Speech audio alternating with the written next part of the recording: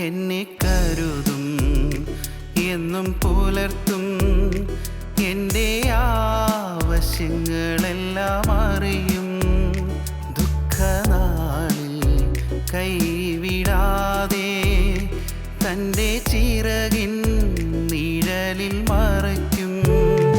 എന്നെ കരുതും, എന്നും പുലർത്തും, എൻ്റെ ആവശ്യങ്ങളെല്ലാം അറിയും.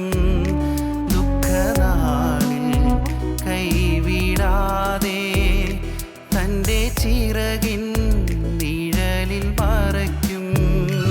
ആശ്രയിപ്പാൻ എനിക്കെന്നും സർവശക്തൻ കൂടെയുണ്ട്.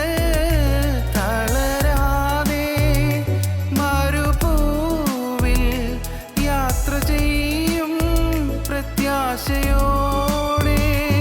ആശ്രയിപ്പാൻ എനിക്കെന്നും സർവശക്തൻ കൂടെയുണ്ട്. തളരാതെ മരുഭൂവിൽ യാത്ര ചെയ്യും പ്രത്യാശയോടെ.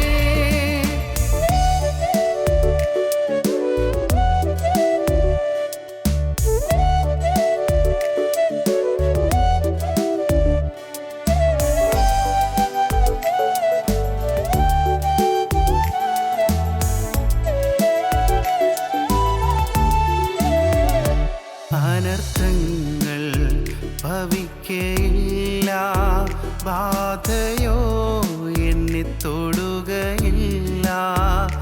പാതകളിൽ ദൈവത്തിൻ്റെ ദൂതന്മാർ കരങ്ങളിൽ വഹിക്കും. അനർത്ഥങ്ങൾ ഭവിക്കയില്ല, ബാധയോ എന്നെ തൊടുകയില്ല. പാതകളിൽ ദൈവത്തിൻ്റെ ദൂതന്മാർ കരങ്ങളിൽ വഹിക്കും.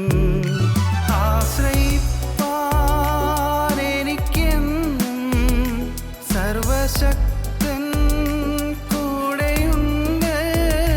തളരാതെ മരുഭൂവിൽ യാത്ര ചെയ്യും പ്രത്യാശയോടെ. ആശ്രയിപ്പാൻ എനിക്കെന്നും സർവശക്തൻ കൂടെയുണ്ട്. തളരാതെ മരുഭൂവിൽ യാത്ര ചെയ്യും പ്രത്യാശയോടെ.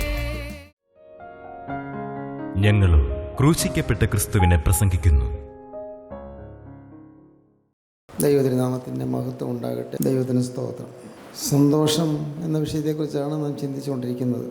സന്തോഷം, ഹൃദയത്തിൽ എപ്പോഴും സന്തോഷം ഉണ്ടായിരിക്കണം. ഹൃദയത്തിൽ സന്തോഷം ഉണ്ടാകണമെങ്കിൽ എന്ത് വേണം? ക്രിസ്തുവിൻ്റെ കരം വേണം. യേശു ക്രിസ്തുവിൻ്റെ കരമുണ്ടെങ്കിൽ ഹൃദയത്തിൽ സന്തോഷം ഉണ്ടാകും. ഹൃദയത്തിൽ സന്തോഷം, എപ്പോഴും സന്തോഷം. അപ്പോസ്തലനായ പൗലോസ് തെസ്സലോനിക്കർക്ക് ലേഖനം എഴുതുമ്പോൾ അവരെക്കുറിച്ച് വളരെ ആർദ്രതയോടെയാണ് എഴുതുന്നത്. ഒരുപടി കഷ്ടപ്പാട് സഹിച്ച സഭയാണ് തെസ്സലോനിക്ക സഭ. ഒരുപടി യാതനകൾ സഹിച്ചു. മനുഷ്യരിൽ നിന്നുള്ളതായ അധിക്ഷേപങ്ങൾ, പരിഹാസങ്ങൾ, നിന്ദനങ്ങൾ, കുറ്റപ്പെടുത്തലുകൾ, പല ഭൗതിക ആവശ്യങ്ങൾ പോലും മനുഷ്യർ സഹായിക്കാത്തതായ കാര്യങ്ങൾ, ഇങ്ങനെ വലഞ്ഞു പോയൊരു സഭയാണ് തെസ്സലോനിക്ക സഭ. പക്ഷേ ആ സഭയോട് കർത്താവ് പറയുമ്പോൾ കർത്താവ് പറയുന്നത് എപ്പോഴും സന്തോഷിപ്പീൻ, ഇടപെടാതെ പ്രാർത്ഥിപ്പീൻ, എല്ലാറ്റിനും സ്തോത്രം ചെയ്യുവീൻ. ഇതല്ലോ നിങ്ങളെക്കുറിച്ച് ക്രിസ്തുയേശുവിൽ ദൈവം ഇഷ്ടം. എപ്പോഴും സന്തോഷിപ്പീൻ എന്നാണ് ആ സഭയോട് പറയുന്നത്. ഈ ദുരിതപൂരിതമായ ജീവിതത്തിൽ നിങ്ങളെപ്പോഴും സന്തോഷിപ്പീൻ. വീട്ടിൽ തന്നെ ഒറ്റപ്പെട്ട അനുഭവത്തിൽ കഴിയുന്ന ആളുകളുണ്ട്.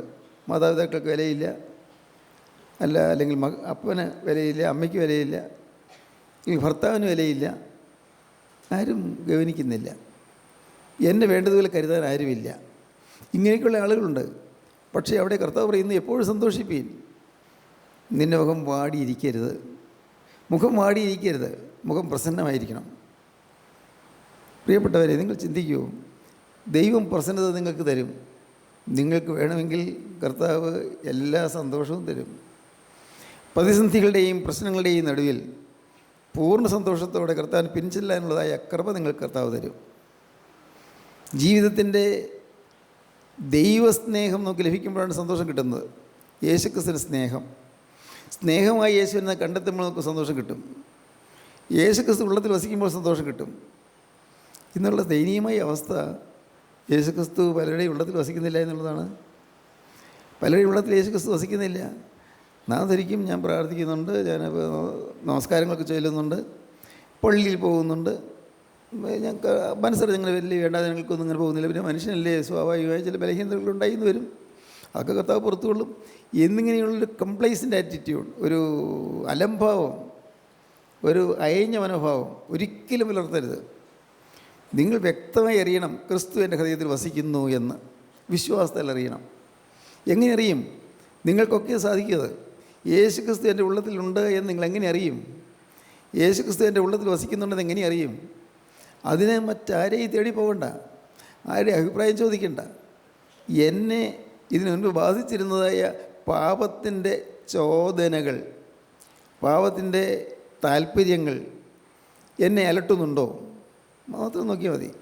പാപത്തിൻ്റെ പ്രേരണകൾ എന്നെ അലട്ടുന്നുണ്ടെങ്കിൽ, പാപത്തിൻ്റെ വശീകരണം എൻ്റെ മേൽ ഒന്ന് വധിക്കുന്നുണ്ടെങ്കിൽ, എങ്കിൽ ക്രിസ്തു അവിടെ വസിക്കുകയില്ല. ഇരുട്ടുണ്ടെങ്കിൽ വെളിച്ചമില്ലല്ലോ, ഹൃദയത്തിൽ ഇരുട്ടുണ്ട്. അപ്പോൾ അത് മാത്രം നോക്കിയാൽ മതി, അത് മാത്രം ശ്രദ്ധിച്ചാൽ മതി. മനസ്സിനൊരു പാവം എനിക്ക് വരികയില്ല നിങ്ങൾ തീരുമാനിച്ചു കഴിഞ്ഞാൽ ക്രിസ്തു അവിടെ വന്നു കഴിഞ്ഞു. പിന്നെ അവിടെ നിരാശയില്ല. അനേകർക്കും പറ്റുന്നൊരു അപകടം, കാര്യം തീരുമാനം എടുക്കുന്നു, പിന്നെയും തിരിച്ചു പോകുന്നു. എന്തുകൊണ്ട് തിരിച്ചു പോകുന്നു? ക്രിസ്തുവിനുള്ളതായ സ്നേഹം വരാത്തതുകൊണ്ട്. ക്രിസ്തുവിനുള്ളതായ ഒരു സ്നേഹം വന്നു കഴിഞ്ഞാൽ ഈ സന്തോഷം ഇവിടെ നിലനിൽക്കും. സന്തോഷം അവിടെ തന്നെ നിലനിൽക്കുന്നു. മാത്രമല്ല, നാം കുറേശ്ശെയായി ഈ സന്തോഷം പൊങ്ങി പൊങ്ങി വരും. കണ്ട് താത്തി കഴിഞ്ഞു, കുറേ താത്തി, വെള്ളം കാണുന്നില്ല. ഉടമസ്ഥൻ്റെ ഒരു അല്പം നിരാശ, ഇത്രയും താഴ്ത്തിയിട്ട് വെള്ളം കണ്ടില്ലല്ലോ. കുറെ കഴിച്ചപ്പോഴേ നോക്കിയപ്പോൾ അവിടെ ചെറിയൊരു നനവ് കാണുന്നുണ്ട്, വെള്ളത്തിൻ്റെ നനവ്.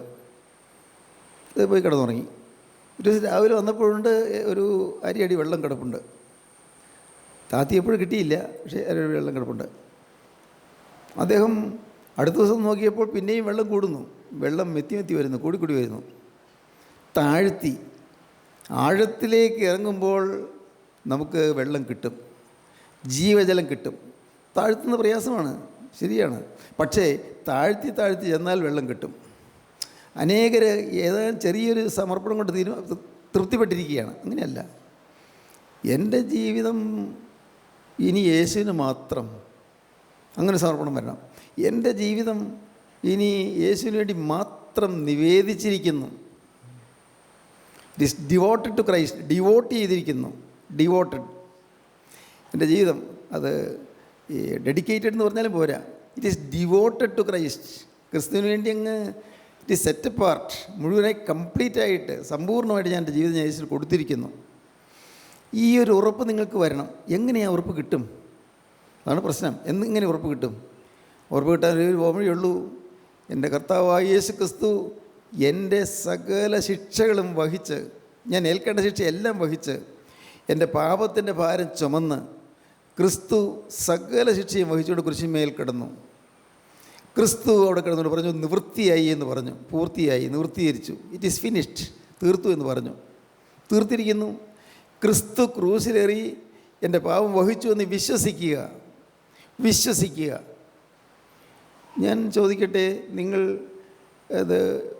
എന്താണ് പൊട്ടാസ്യം പെർമാംഗനേറ്റും മാംഗനീസ് ഡയോക്സൈഡും കൂടി ചൂടാക്കിയാൽ ഓക്സിജൻ വരുമെന്ന് നിങ്ങൾ പഠിക്കുന്നു, ശരി. ഇത് നിങ്ങൾ ചൂടാക്കി നോക്കിയോ?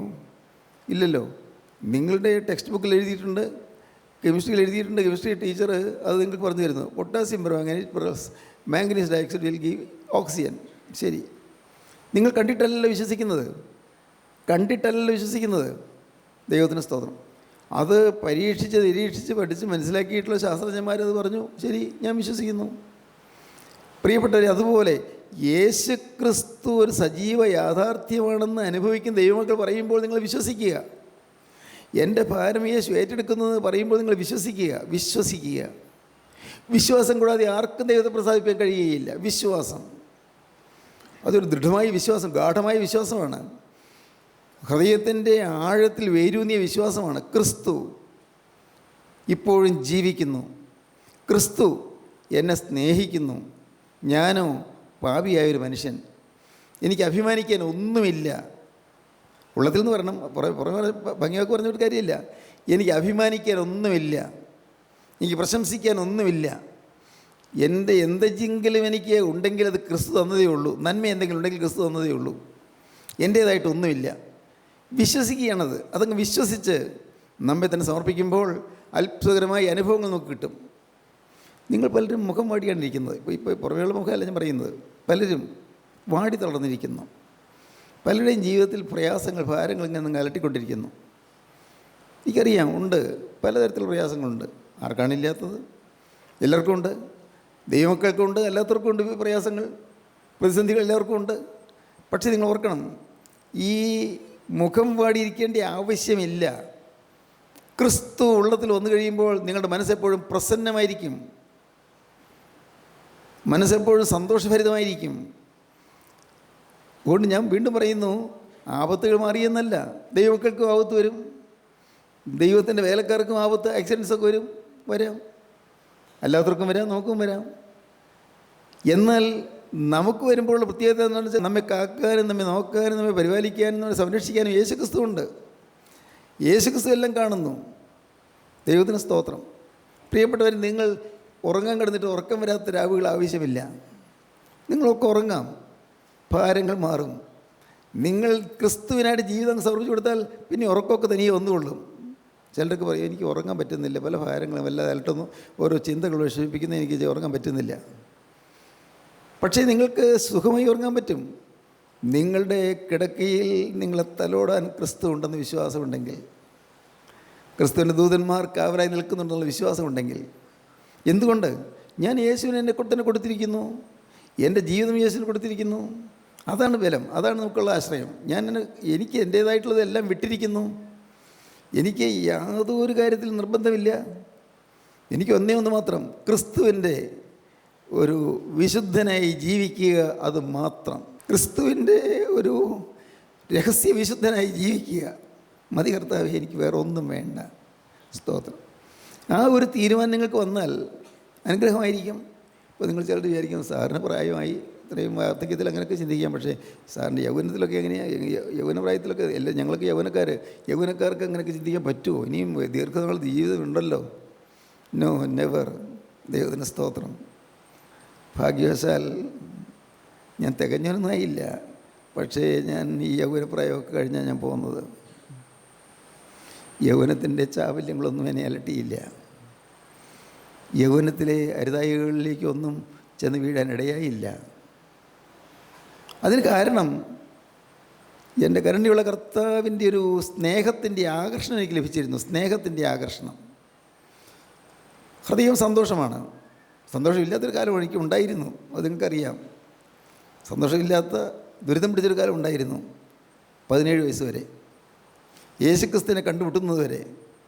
പള്ളിയുണ്ട്, നമസ്കാരമുണ്ട്, പ്രാർത്ഥനയുണ്ട്, കുർബാനയുണ്ട്, നോമ്പുണ്ട്, എല്ലാം ഉണ്ട്. മാറാനി പെരുന്നാൾ പോലും പാലിച്ചിരുന്നു. ബുധനും വെള്ളിയും നോമ്പ് പറ്റിരുന്നു. എന്താ പറയുന്നത്? അത്ര കൃത്യമായ ഒരു ചിട്ടപ്പെട്ട ജീവിതം തന്നെയായിരുന്നു. പക്ഷേ അന്ന് സമാധാനം ഉണ്ടായിരുന്നു, സന്തോഷം ഉണ്ടായിരുന്നില്ല. കാരണം ഞാൻ അനാഥനാണല്ലോ എന്നുള്ള ചിന്ത, എനിക്ക് ആരുമില്ലല്ലോ എന്നുള്ള ചിന്ത, എൻ്റെ അമ്മ കരയുന്നല്ലോ എന്നുള്ള ചിന്ത. 30ാമത്തെ വയസ്സിൽ വിധവയായ എൻ്റെ പ്രിയപ്പെട്ട അമ്മ വിതുമ്പി കരഞ്ഞുകൊണ്ട് രാത്രി ഉറങ്ങാൻ കിടക്കുമ്പോഴും കരഞ്ഞുകൊണ്ട് കിടക്കും. എപ്പോഴും ഉറങ്ങും, എപ്പോഴും കരച്ചിൽ തന്നെ. അമ്മ നെഞ്ചത്തടിച്ച് കരയുന്ന ഞാൻ കണ്ടിട്ടുണ്ട്. ദൈവത്തിന് സ്തോത്രം. എൻ്റെ ജീവിതം അനാഥമായി പോയിരുന്നല്ലോ. നിങ്ങൾക്കറിയാമല്ലോ അതെല്ലാം പ്രിയപ്പെട്ടവരെ.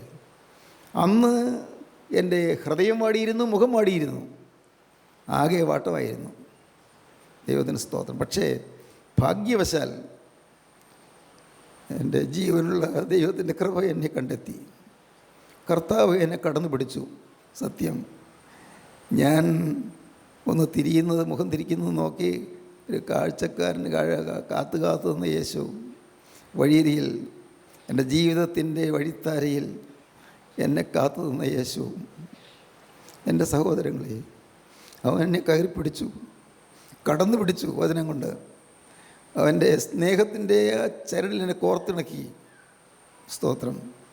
ആ സ്നേഹത്തിൻ്റെ ആ മാലയിൽ അനേക മുത്തുകളുടെ കൂട്ടത്തിൽ എന്നെയും ചേർത്തു ഒരു മുത്തായിട്ട്. സ്തോത്രം. അവൻ്റെ മാറിലണിയാനുള്ളതായ ഭാഗ്യം, അവൻ്റെ മാറിൽ അണിയപ്പെടാനുള്ള ഭാഗ്യം എനിക്കുണ്ടായി. സ്തോത്രം. അതെല്ലാം ദൈവം തന്ന കൃപകളാണ്, അല്ലാതെ എൻ്റേതല്ല. എനിക്കറിയാം, നല്ലപോലെ അറിയാമല്ലോ. എനിക്ക് അന്നും ആ ചെറുപ്രായത്തിലും യേശുവിനെ കിട്ടിക്കഴിഞ്ഞപ്പോഴേക്കും പിന്നെ ലഹരിയുള്ള ഓട്ടമായിരുന്നു. ലഹരി, ആത്മാവിൻ്റെ സന്തോഷത്താൽ നിറഞ്ഞുള്ള ഓട്ടം. കർത്താവിന് സ്തോത്രം. ഞാനിപ്പോൾ പലപ്പോഴും പറയാറുള്ളതുകൊണ്ട് കൂടുതൽ വിശദീകരിക്കുന്നില്ല. എന്നാൽ ഇത് വീണ്ടും പറഞ്ഞത് എന്തിനായിരിക്കും? എനിക്ക് തോന്നുന്നു അനാഥത്വത്തിൻ്റെ, അപകർഷതാബോധത്തിൻ്റെ കഥനഭാരത്തിൽ വിങ്ങിക്കഴിയുന്ന ചിലരെങ്കിലും ഇത് കേൾക്കുന്നുണ്ടായിരിക്കും. അനാഥന്മാർ, എനിക്ക് അപ്പനില്ല, എനിക്ക് അമ്മയില്ല.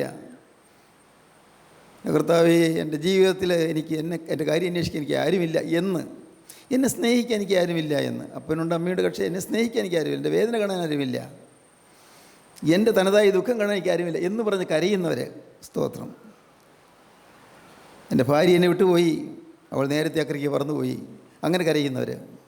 എൻ്റെ ഭർത്താവ് എന്നെ വിട്ടുപോയി, അദ്ദേഹം അങ്ങ് അനന്തതയിലേക്ക് പറന്നുപോയി, ഇനി ഞാൻ കാണുമോ ആർക്കറിയാം, അങ്ങനെ കരഞ്ഞുകൊണ്ടിരിക്കുന്നവർ.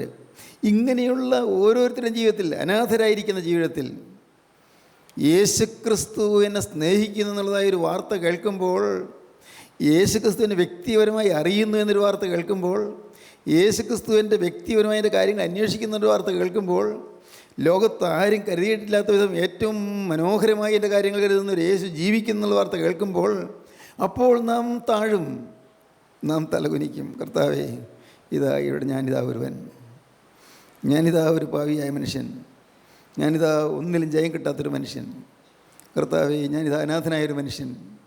എൻ്റെ കർത്താവേ, നിൻ്റെ അത്രക്കരം എൻ്റെ മേലൊന്ന് മാറരുതേ, നിൻ്റെ വചനത്തിൻ്റെ ശക്തി എൻ്റെ നിന്ന് ചോർന്നു പോകരുതേ. ഹല്ലേലൂയ, ദൈവത്തിന് സ്തോത്രം. നിൻ്റെ കൃപയുടെ കാര്യം എന്നിൽ നിന്ന് മാറരുതേ. പിന്നെ പ്രാർത്ഥനയാണ്, നിരന്തരം പ്രാർത്ഥന. ജോലി ചെയ്യുമ്പോഴും പ്രാർത്ഥന. പ്രാർത്ഥിക്കുന്നത് കിഴക്കോട്ട് തിരിഞ്ഞ് കുരിശ് വരച്ച് അങ്ങനെ പ്രാർത്ഥിക്കുന്ന കാര്യമല്ല ഞാൻ പറഞ്ഞത്. ഹൃദയത്തിൽ എപ്പോഴും ഒരു പ്രാർത്ഥന. യാത്ര ചെയ്യുമ്പോഴും അല്ല, ഉറങ്ങാൻ കിടക്കുമ്പോഴും അതുമല്ല, ഊണ് കഴിക്കുമ്പോഴും അതുമല്ല, ഓരോ കാര്യം ചെയ്യുമ്പോഴും എപ്പോഴും ഒരു ജീവൽ സ്പർശം നമ്മെ നയിച്ചുകൊണ്ടിരിക്കും. ക്രിസ്തുവിൻ്റെ കരം നമ്മെ തൊട്ട് നടത്തിക്കൊണ്ടിരിക്കും. അവിടെ ആ കരത്തിൻ്റെ, ആ സ്നേഹത്തിൻ്റെ ബന്ധം നമ്മെ തൊട്ടിരിക്കുന്നത്, നമ്മെ പിടിച്ചിരിക്കുന്നത് നമുക്ക് മനസ്സിലാകും. സ്തോത്രം. സഹോദരങ്ങളെ, സന്തോഷം, ഈ സന്തോഷം എങ്ങനെ കിട്ടാം? ദൈവത്തിന് സ്തോത്രം. യേശുക്രിസ്തു വന്നാൽ സന്തോഷം കിട്ടും. കന്യമാതാവ് സമർപ്പിച്ചു, സന്തോഷം കിട്ടി. ഇതാ ഞാൻ കർത്താവിൻ്റെ ദാസി, ഇതിൻ്റെ വാക്ക് എനിക്ക് ഭവിക്കട്ടെ എന്ന് പറഞ്ഞു, സന്തോഷം കിട്ടി. കർത്താവിൻ്റെ വേലയിൽ സന്തോഷം കിട്ടും. കർത്താവിൻ്റെ വേല ചെയ്താൽ ഈ സന്തോഷം കിട്ടും. കർത്താവിൻ്റെ വേല ചെയ്യുക. ദൈവത്തിന് സ്തോത്രം. ദുരിതപൂരിതമായ ജീവിതത്തിൽ കർത്താവിൻ്റെ വേല ചെയ്യുക എന്നുള്ളത്, കർത്താവിൻ്റെ സേവയിൽ, ദൈവവേലയിൽ നമുക്ക് സന്തോഷിക്കാം. കർത്താവിന് സ്തോത്രം. ദൈവത്തിൻ്റെ വലിയ നാമം മഹത്വപ്പെടട്ടെ. നിനക്ക് സന്തോഷവും ഉല്ലാസവും ഉണ്ടാകുമെന്ന് സഖരിയാപുരോഹിതനോട് പറഞ്ഞത്, ജീവനുള്ള ക്രിസ്തുവിൻ്റെ സ്നേഹം നമുക്ക് ലഭിക്കുമ്പോൾ, നമുക്ക് അസാധ്യമായി കർത്താവ് സാധിപ്പിച്ചു തരുമ്പോൾ, അപ്പോൾ നമുക്ക് സന്തോഷം കിട്ടും. ദൈവത്തിന് സ്തോത്രം. ദൈവം നമുക്ക് നിത്യരക്ഷ തന്നു എന്നുള്ളത് നമുക്ക് സന്തോഷം കിട്ടും. ജീവനുള്ള ക്രിസ്തു എനിക്ക് നിത്യജീവൻ തന്നു എന്നുള്ളതിൽ സന്തോഷം കിട്ടും. പ്രിയപ്പെട്ടവരെ, ഇത് കേൾക്കുമ്പോൾ കർത്താവ്, എനിക്ക് ആ നിത്യജീവൻ വേണം, നിങ്ങൾ ആഗ്രഹിക്കണം. ഞാൻ ശൂന്യതയിലേക്ക് യാത്ര ചെയ്യുകയല്ല, ആരോരുമില്ലാത്തതിനെ പോലെ യാത്ര ചെയ്യുകയല്ല. എനിക്കൊരപ്പനുണ്ട്. ഹല്ലേലൂയ. എനിക്കൊരു ഉടമസ്ഥനുണ്ട്. ലോർഡിൻ്റെ കർത്താവേ സ്തോത്രം. എനിക്ക് ഒരു നായകനുണ്ട്, എനിക്കൊരു നേതാവുണ്ട്, എനിക്ക് നാഥനുണ്ട്. ഞാൻ അഗതിയല്ല, ഞാൻ അനാഥനല്ല. സ്തോത്രം. എൻ്റെ കർത്താവിന് സ്തോത്രം. പ്രിയപ്പെട്ടവരെ, ക്രൂശിലെ സ്നേഹം എന്നെ വശീകരിച്ചിരിക്കുകയാണ്. നമുക്കൊരു ഉറപ്പ് കിട്ടുകയാണ്. രക്ഷയിൽ സന്തോഷം, സമർപ്പണത്തിൽ സന്തോഷം, കന്യാമാതാവിൻ്റെ രക്ഷയിൽ സന്തോഷം, നിത്യജീവനിൽ സ്തോത്രം. ദൈവത്തിൻ്റെ വേലയിൽ സന്തോഷം, ദൈവത്തിൻ്റെ വേല ചെയ്യുന്നതിൽ സന്തോഷം. ഇനി പിന്നെ എന്തിനാണ് സന്തോഷം കിട്ടുന്നത്? നമുക്ക് വായിക്കാം. ഹബക്കൂക്ക് പ്രവാചകന്റെ പുസ്തകം 3-ാം അധ്യായം 17-18 വാക്യങ്ങൾ. അത്തിവൃക്ഷം തളിർക്കയില്ല, അത്തിവൃക്ഷം തളിർക്കയില്ല, മുന്തിരിവള്ളിയിൽ അനുഭവം ഉണ്ടാകുകയില്ല. വെള്ളിയിൽ അനുഭവം ഉണ്ടാകുകയില്ല. ഒലിവ് മരത്തിന്റെ പ്രയത്നം നിഷ്ഫലമായി പോകും. ലീവുമരത്തിന്റെ പ്രയത്നം നിഷ്ഫലമായി പോകും. നിലങ്ങൾ ആഹാരം വിളയിക്കയില്ല. നിലങ്ങൾ ആഹാരം വിളയിക്കുകയില്ല. ആട്ടിൻകൂട്ടം തൊഴുത്തിൽ നിന്ന് നശിച്ചു പോകും. കൂട്ടം തൊഴുത്തിൽ നശിച്ചു പോകും. ഗോശാലകളിൽ കന്നുകാലി ഉണ്ടായിരിക്കയില്ല. കന്നുകാലി ഉണ്ടായിരിക്കുകയില്ല. എങ്കിലും ഞാൻ യഹോവയിൽ ആനന്ദിക്കും. സ്തോത്രം. എങ്കിലും ഞാൻ യഹോവയിൽ ആനന്ദിക്കും. സന്തോഷം. ഇതെല്ലാമാണ്. എല്ലാം പ്രതികൂലം, എല്ലാം പ്രതികൂലം. എന്നാലും ഞാൻ യഹോവയിൽ ആനന്ദിക്കും. എങ്കിലും ഞാൻ യഹോവയിൽ ആനന്ദിക്കും. എന്റെ രക്ഷയുടെ ദൈവത്തിൽ ഘോഷിച്ചുല്ലസിക്കും. രക്ഷയുടെ ദൈവത്തിൽ ഞാൻ ഘോഷിച്ചുല്ലസിക്കും. രക്ഷയുടെ ദൈവത്തിൽ ഞാൻ ഘോഷിച്ചുല്ലസിക്കും. യഹോവയിൽ ഞാൻ ആനന്ദിക്കും. പ്രിയപ്പെട്ടവരെ, നാം ഓരോരുത്തരും കർത്താവിൻ്റെ ആ സ്നേഹം അനുഭവിച്ചുകൊണ്ട് ദുരിതങ്ങളും യാതനകളും വേദനകളും കഷ്ടതകളും പ്രശ്നങ്ങളും പ്രതിസന്ധികളും ദുർഘടങ്ങളും എല്ലാമുള്ള ജീവിതത്തിൽ ദൈവത്തിൽ സന്തോഷിക്കാൻ നമുക്ക് സാധിക്കുക എന്ന് പറയുന്നത് വലിയൊരു അനുഭവമാണ്. ദൈവത്തിന് സ്തോത്രം. ദൈവത്തിൽ സന്തോഷിക്കപ്പോൾ കഷ്ടതയിൽ സന്തോഷിക്കുക. നമുക്കറിയാം, സ്തേഫാനോസ് കല്ലേറുകൊണ്ട് ശരീരത്തിൽ ആസകലം കല്ലുകൊണ്ട് മുറിഞ്ഞ് ചതഞ്ഞ് അസ്ഥികൾ ഉടഞ്ഞ് സ്തേഫാനോസ് കുഴഞ്ഞു വീണു. നമുക്കത് പറയാൻ എളുപ്പമല്ലേ? ആ ഒരു സ്റ്റേജിൽ ഞാനാണെങ്കിലോ, ആ ഒരു അവസ്ഥയിൽ ഞാനാണെങ്കിലോ, ഈ അസ്ഥികളെല്ലാം ഉടഞ്ഞ് അങ്ങനെ ശരീരം ആസകലം കുഴഞ്ഞ് തുരുതുര കല്ലേറ് വരുന്നു. അപ്പോൾ കഷ്ടിച്ച് കൊടുങ്കൈയൊന്ന് ഇങ്ങനെ ഒന്ന് ഊന്നിയിട്ട് സ്തേഫാനോസ് മേലോട്ട് നോക്കി. സ്തോത്രം. ദ റോബ് എന്ന് പറയുന്ന പുസ്തകമുണ്ട്. റോബ്, മേലങ്കി എന്ന് മലയാളത്തിലുള്ള പുസ്തകം. അല്ലെങ്കിൽ മേലങ്കി ഇപ്പോൾ കിട്ടാനില്ല, അത് പുസ്തകം കിട്ടാനില്ല. സ്തേഫാനോസിൻ്റെ കാര്യം ആ മേലങ്കി ആ പുസ്തകത്തിൽ പറയുന്നുണ്ട്. കർത്താവിൻ്റെ മേലങ്കിയെക്കുറിച്ച് ആ നോവൽ നല്ലൊരു നോവലാണ്, നോവലും കൂടിയാണ്. നല്ല മനോഹരമായ പുസ്തകം, കഥാപുസ്തകമാണ്. സ്തേഫാനോസ് കൈമുട്ടിങ്ങനെ ഊന്നിക്കൊണ്ട് ചെരിഞ്ഞ് മുകളിലോട്ട് നോക്കി. ചെരിഞ്ഞ് നോക്കും തോറും തല നിവർന്നു, മേലോട്ട് നോക്കി. അപ്പോൾ സ്തേഫാനോസിൻ്റെ മുഖം സൂര്യനെ പോലെ പ്രകാശിച്ചു. കാരണം അവിടെ നീതിസൂര്യനെ കണ്ടു, കർത്താവായ യേശുവിനെ കണ്ടു, പിതാവിൻ്റെ വലത്തുഭാഗത്ത് യേശു ക്രിസ്തു എഴുന്നേറ്റ് നിൽക്കുന്നത് കണ്ടു, പിതാവിൻ്റെ വലത്തുഭാഗത്തിരുന്ന കർത്താവ് തമ്പുരാൻ എഴുന്നേറ്റ് നിൽക്കുന്നത് കണ്ടു, യേശു തമ്പുരാൻ കൈ നീട്ടിക്കൊണ്ട് നിൽക്കുന്നത് കണ്ടു. സകല വിഷാദവും മാറി, സകല വേദനയും മാറി, സകല പ്രയാസവും മാറി. സ്തേഫാനോസ് മുകളിലോട്ട് നോക്കി, ഇതാ സ്വർഗം തുറന്നിരിക്കുന്നത് ഞാൻ കാണുന്നു, യേശു ക്രിസ്തു പിതാവിൻ്റെ വലത്തുഭാഗത്ത് നിൽക്കുന്നത് ഞാൻ കാണുന്നു എന്ന് സ്തേഫാനോസ് ഉറക്കെ പറഞ്ഞു. ഉപദ്രവിച്ചവർക്ക് ദേഷ്യം വർദ്ധിച്ചു. ഇപ്പോഴും അവൻ ഈ ദൈവവചനമാണോ പറയുന്നത്, ക്രിസ്തുവിൻ്റെ കാര്യമാണോ പറയുന്നത്? അവർക്ക് ദേഷ്യം വർദ്ധിച്ചു. തുരുത കല്ലേറ് വരികയാണ്. സ്തേഫാനോസ് കുഴഞ്ഞു വീണു. മരിക്കാൻ നേരത്ത് സ്തേഫാനോസ് പറയുകയാണ്, പിതാവേ, ഇവർക്ക് ഈ പാപം നിർത്തരുതേ. സ്തോത്രം. സ്നേഹം കൊണ്ട് നിറഞ്ഞിരിക്കുന്ന ഹൃദയം, ഉപദ്രവിക്കുന്നവരോടുള്ളതായ സ്നേഹം, അവരോട് യാതൊരു പരാതിയുമില്ല, അവരുടെ ആരോടൊരു പരിഭവമില്ല. പ്രിയപ്പെട്ടവരെ, ഇത് നമുക്ക് വേണ്ടേ? ഈ അനുഭവം വേണ്ടേ? ഉപദ്രവിക്കുന്നവരോട് പരാതിയില്ല, കുറ്റം പറയുന്നവരോട് പരാതിയില്ല, വിധി അപവാദം പറഞ്ഞ് വരുത്തുന്നവരോട് പരാതിയില്ല. ദൈവത്തിന് സ്തോത്രം. നമ്മെക്കുറിച്ച് ഇല്ലാത്തത് പറയുന്നവരെക്കുറിച്ച് അല്പം പോലും പരിഭവമില്ല, നമുക്കൊരു മറുപടിയുമില്ല. കർത്താവിന് സ്തോത്രം, ദൈവത്തിന് സ്തോത്രം. നമ്മെക്കുറിച്ച് ഒരുപക്ഷെ വാട്സാപ്പിൽ ചില വാർത്തകൾ പരക്കുമ്പോൾ ഒരു പേടിയുമില്ല, നമുക്കതൊന്നൊരു ചിന്താവിഷയമല്ല. ദൈവത്തിന് സ്തോത്രം. സഭയ്ക്ക് ചേർന്നതല്ല എന്നാരെങ്കിലും പറയുമ്പോൾ അപ്പോഴും നമുക്ക് ഭാരമില്ല. ദൈവത്തിന് സ്തോത്രം. കാരണം നമുക്കറിയാം ആരാണ് നമ്മെ പിടിച്ചിരിക്കുന്നതെന്ന്. ഉയരത്തിൽ നിന്നൊരു കൈ നീട്ടി നമ്മെ പിടിച്ചിട്ടുണ്ട്. ആ കൈയുടെ ബലത്തിലാണ് നിൽക്കുന്നത്, ആ ആണിപ്പാടുള്ള കരത്തിൻ്റെ കൃപയിലാണെന്ന് നിൽക്കുന്നത്. നമുക്കൊന്നിലും ഭാരമില്ല. നമ്മുടെ മനസ്സെപ്പോഴും സന്തോഷഭരിതമാണ്, ഹൃദയത്തിൽ സന്തോഷം നിറഞ്ഞു നിൽക്കുകയാണ്. സ്തേഫാനോസ് മുകളിലേക്ക് നോക്കി. യാതനയുടെ മധ്യത്തിൽ, അതിവേദനയുടെ മധ്യത്തിൽ ഞെരങ്ങിക്കൊണ്ട് സ്തേഫാനോസ് മുകളിലോട്ട് നോക്കിയപ്പോൾ യേശുവിനെ കണ്ടു. ദൈവത്തിന് സ്തോത്രം. സൂര്യപ്രകാശം, അവിടെ നിത്യസൂര്യൻ, നീതിയും സൂര്യൻ ഉദിച്ചു നിൽക്കുന്നു. ആ സൂര്യനിൽ നിന്നുള്ള കിരണകന്തളങ്ങൾ സ്തേഫാനോസിൻ്റെ മുഖത്ത് വന്ന് പതിച്ചു. അപ്പോൾ മുഖം സൂര്യനെ പോലെ പ്രകാശിച്ചു. ദൈവത്തിന് സ്തോത്രം. യേശു ക്രിസ്തുവിൻ്റെ മുഖം സൂര്യന് തുല്യമാണ്. അനേകായിരം കോടി സൂര്യന്മാർ രൂപിച്ച് ഉദിച്ചാൽ എങ്ങനെ ഇരിക്കും? അതുപോലെ തേജോമയനായ യേശുവിനെയാണ് കണ്ടത്. ആ യേശുവിൽ നിന്ന് തേജോമയമായ പ്രകാശം സ്തേഫാനോസിൻ്റെ മേൽ വന്ന് അടിച്ചു, റിഫ്ലക്റ്റ് ചെയ്തു. അപ്പോൾ സ്തേഫാനോസിൻ്റെ മുഖവും പ്രകാശിച്ചു. ദൈവത്തിന് സ്തോത്രം. ദൈവവേദലേ, നിൻ്റെ ജീവിതത്തിൽ യേശുവിലേക്ക് നീ നോക്കൂ. കഷ്ടതയുടെ മധ്യത്തിൽ ക്രൂസിലേക്ക് നീ നോക്കൂ. വേദനയുടെ മധ്യത്തിൽ നീ ക്രൂസിലേക്ക് നോക്കൂ. യാതനയുടെയും ദുരിതത്തിൻ്റെയും മധ്യത്തിൽ ക്രൂസിലേക്ക് നോക്കൂ. ജീവിതം വഴിമുട്ടി പോകുമ്പോൾ ക്രൂസിലേക്ക് നോക്കൂ. എല്ലാ വഴി അടഞ്ഞു കാണുമ്പോൾ ക്രൂസിലേക്ക് നോക്കൂ. പ്രതീക്ഷകൾ അറ്റുപോകുമ്പോൾ ക്രൂസിലേക്ക് നോക്കൂ. ജീവിതം തീർന്നുപോയി എന്ന് വിചാരിക്കുമ്പോൾ ഇനി പ്രതീക്ഷയ്ക്ക് വകയില്ല എന്ന് വരുമ്പോൾ യേശുക്രിസ്തുവിലേക്ക് നോക്കൂ. ക്രൂശിതനിലേക്ക് നോക്കൂ. ക്രൂശിതനായ ക്രിസ്തുവിലേക്ക് നോക്കൂ. ആ ക്രൂശിൽ രക്ഷയുണ്ട്. അവങ്കലേക്ക് നോക്കിയോ പ്രകാശിതരായി അവരുടെ മുഖം ലജ്ജിച്ചു പോയതുമില്ല. ഹല്ലേലൂയ, ദൈവത്തിന് സ്തോത്രം. യേശു ക്രിസ്തുവിലേക്ക് നോക്കിയാൽ പ്രകാശം കിട്ടും, ലജ്ജ മാറും. ദൈവത്തിന് സ്തോത്രം. നിത്യലജ്ജ മാറ്റി തന്ന ക്രിസ്തുവിലേക്ക് നോക്കുമ്പോൾ ഭൗതിക ലജ്ജകളിൽ നിസ്സാരം നമുക്ക് തോന്നും. കർത്താവിന് സ്തോത്രം. അപവാദങ്ങൾ പെരുകട്ടെ, ആക്ഷേപങ്ങൾ പെരുകട്ടെ, പരിഹാസങ്ങൾ മുറുകട്ടെ, എന്തെല്ലാം വന്നാലും എനിക്ക് എൻ്റെ യേശു മതിയേ മതി. എൻ്റെ യേശുവിൻ്റെ കൃപ മതി.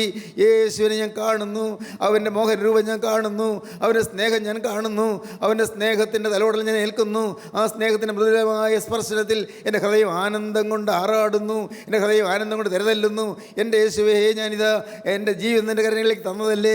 ഈ ജീവിതത്തിൻ്റെ അധിപതി നീയാണ്, ഈ ജീവിതത്തിൻ്റെ ഉടമസ്ഥൻ നീയാണ്, നീ മാത്രമാണ് നിൻ്റെ അധികാരി. യേശുവേ, നിൻ്റെ കരങ്ങളിലേക്ക് ഈ ആയുസ് ഏൽപ്പിച്ചിരിക്കുന്നു. ഉടയവനെ എന്നെ നീ പിടിച്ചു കൊള്ളണമേ. ദൈവത്തിന് സ്തോത്രം. ഇതാണ് ക്രിസ്തീയ ജീവിതം.